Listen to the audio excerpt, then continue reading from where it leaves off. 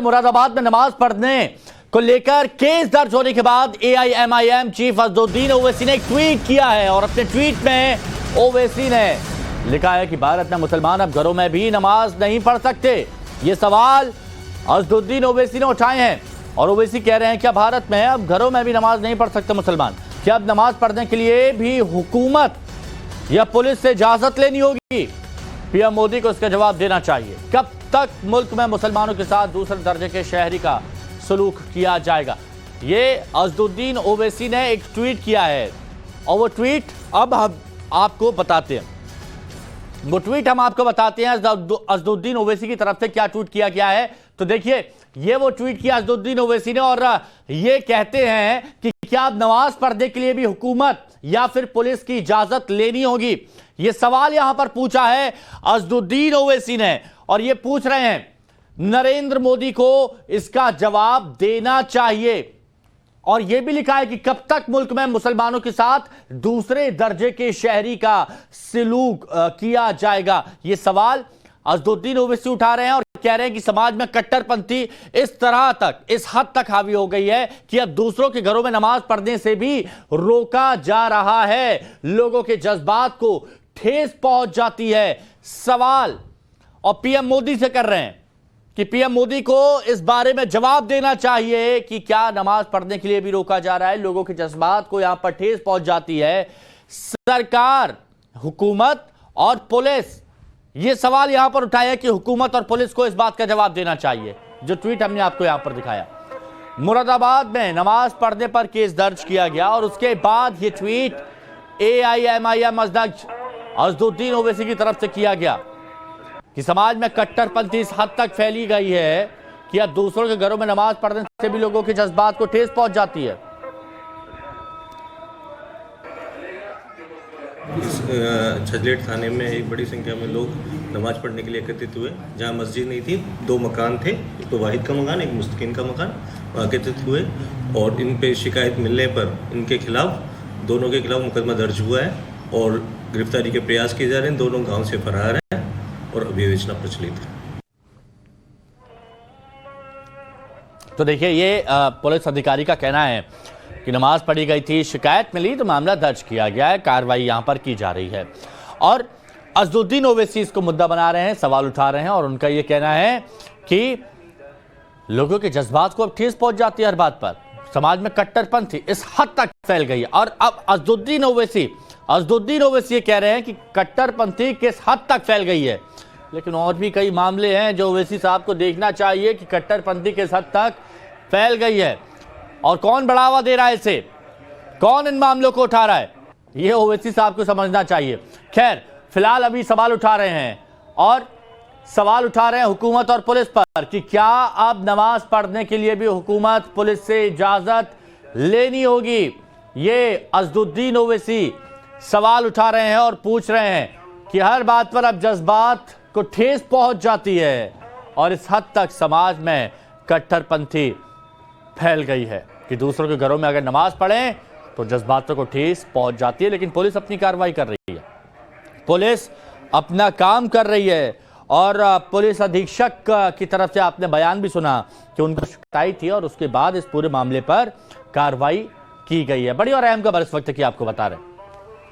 एक बार फिर से वो सवाल उठे हैं कि क्या एक विशेष वर्ग पर सवाल खड़े किए जाते हैं, टारगेट पर लिया जाता है। ये असदुद्दीन ओवैसी के इस ट्वीट से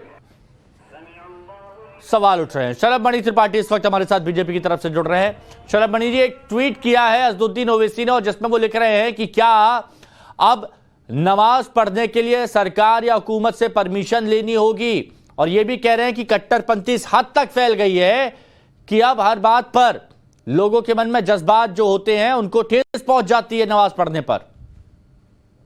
देखिए, ओवैसी साहब को आपने अभी झारखंड में एक बहुत ही दुर्भाग्यपूर्ण घटना हुई है।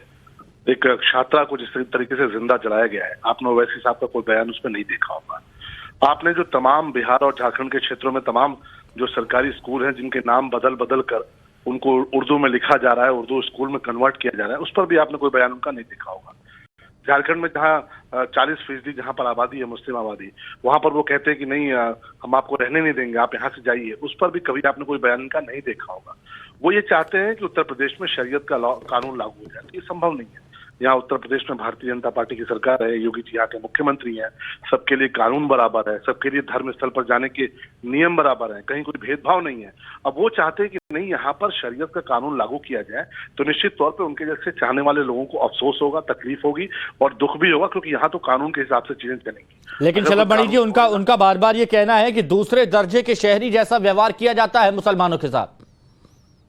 वो उनकी जो आदत रही है हमेशा से कांग्रेस की सरकारों में, जिस तरह से हमेशा से प्रिविलेज्ड फील करने की, कि ऊपर अलग तरह का एक व्यवहार पाने की, कांग्रेस की हुकूमत में जो अलग तरह का व्यवहार, अलग तरह का प्रिविलेज उनको दिया जाता था, वो नहीं मिल रहा है। तकलीफ उस बात की है। यहाँ तो बराबरी है।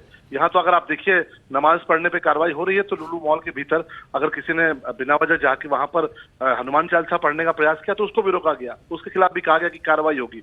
यहाँ तो भेदभाव नहीं है, यहाँ तो बराबरी की बात है।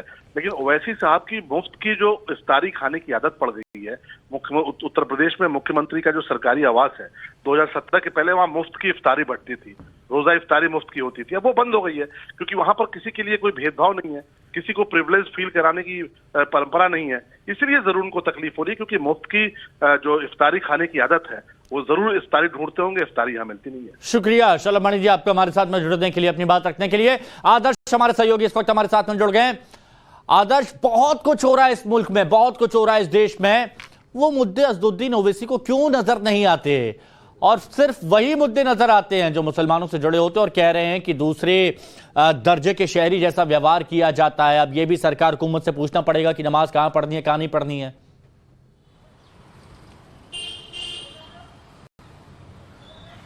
देखिए, बड़ी हैरानी की बात है कि असदुद्दीन ओवैसी का जो ट्वीट है हम लोगों ने पढ़ा, देखा, सुना, और आमतौर पर होता है कि जब कोई भी दो संप्रदायों के बीच में इस तरीके का विवाद उत्पन्न होता है, जैसा कि मुरादाबाद के कांट के दूल्हेपुर गांव में हुआ है, जहां पर एक पक्ष नमाज अदा कर रहा है इकट्ठा होकर, दूसरा पक्ष ये कह रहा है कि सार्वजनिक स्थल पर या फिर अगर आपके पास नमाज अदा करने की जगह नहीं है तो वहां पर आप किसी के घर पर इकट्ठा होकर नमाज नहीं पढ़ सकते हैं। ऐसे में शासन प्रशासन कोशिश ये कर रहा है कि दोनों पक्षों के बीच में मध्यस्थता हो, सुलह समझौता हो, धार्मिक उन्माद ना पैदा हो।